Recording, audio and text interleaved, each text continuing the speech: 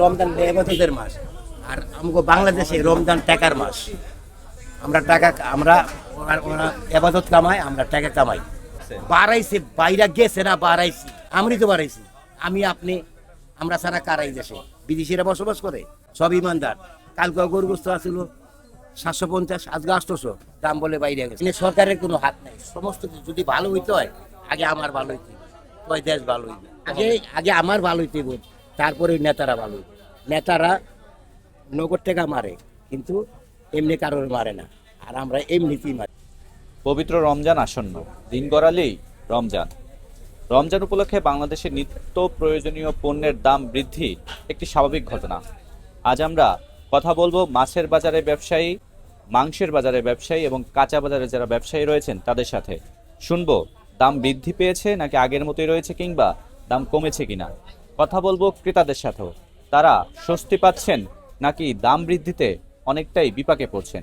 চলুন দর্শক, আমরা শুনবো আজ ব্যবসায়ী এবং ক্রেতাদের কথা।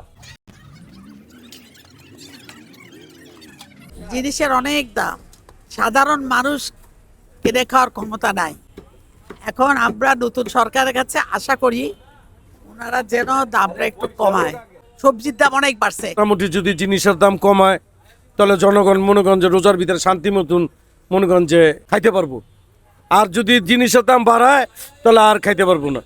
কেলে যেইভাবে জিনিসের দাম বাড়তেছে, তরকারি থেকে দইরা মাছ মাংস কোনোটা বাদ নাই গিয়া, সব জিনিসের দামই বাড়তি অনেক। পটল হারা বছর মানুষের কাছে 40 টাকা 50 টাকা, অনেক 160 টাকা 180 টাকা কেজি। মাছ মুরগি, আর রমজান আসলে স্বাভাবিকভাবে প্রতিটা জিনিসে 10-20 টাকা বেশি থাকে। আমরা সাধারণ মানুষ যারা আছি, তারা কি মানে আয়াতের বাইরে চলে যেতেছে, তারপরে বাধ্যতামূলক বাঁচতে হলে খাইতে হবে, এই জন্য আমরা বাধ্যতামূলক কিনি।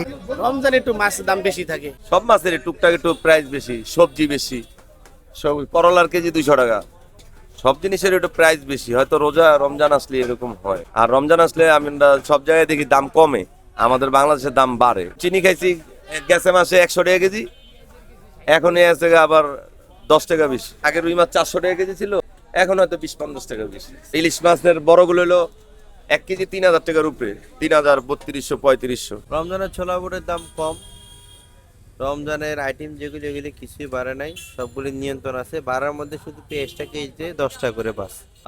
পেঁয়াজ আগে ছিল 50 টাকা, এখন হচ্ছে 60 টাকা। হ্যাঁ, কমছে বলতে ছোলাটা যেমন কি আমরা রোজার আগে বেচতাম 120 টাকা করে, এবারে রোজার মধ্যে 100 টাকা করে কেজি বিক্রি করতেছে। কেজিতে 20 টাকা করে কমছে। খেসারিও কেজিতে 10 টাকা করে কমছে। খেজুরের দাম আগে যা একটু কম ছিল, আগে যা ছিল হ্যাঁ কেজি প্রতি প্রায় 100 টাকার মতো কমছে। রমজানের ফলে যে খেজুর প্রতি বছর বাড়ে, এবছর একটু কমতে। এবার তো এখন দাম বাড়ে গেছে। কিন্তু বয়লার মুরগি কত 160 টাকা ছিল, এখন 200 টাকা কেজি হয়ে গেছে। সব জিনিসের দাম বাড়ে গেছে।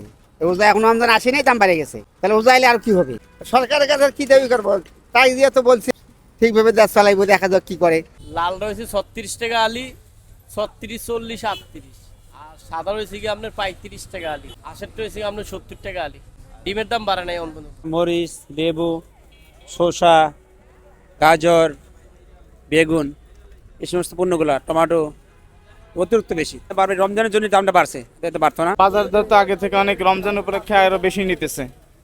যে শসা এগুলো আগে থেকে অনেক দাম, সবকিছু দাম বেশি যাইতেছে। মুরগির দাম অনেক বেশি বাড়ছে। এক মাস আগে ছিল আপনার 280 থেকে 300 টাকা, 340 থেকে 360 টাকা। কাঁচা বাজারের দাম, কিছু তরকারির দাম কমছে, কিছু তরকারির দাম বেড়ে গেছে। যেমন লেবুর দাম অনেক বেড়ে গেছে, কাগজি লেবু এগুলোর দাম বেড়েছে। আর কিছু কিছু তরকারি যেগুলো আমরা সবজিতে খাই, ওইসব সবজির দাম একটু কমছে। আমরা বেতালে আছি খুব, বাইরে 400 কিনতে কয় 350।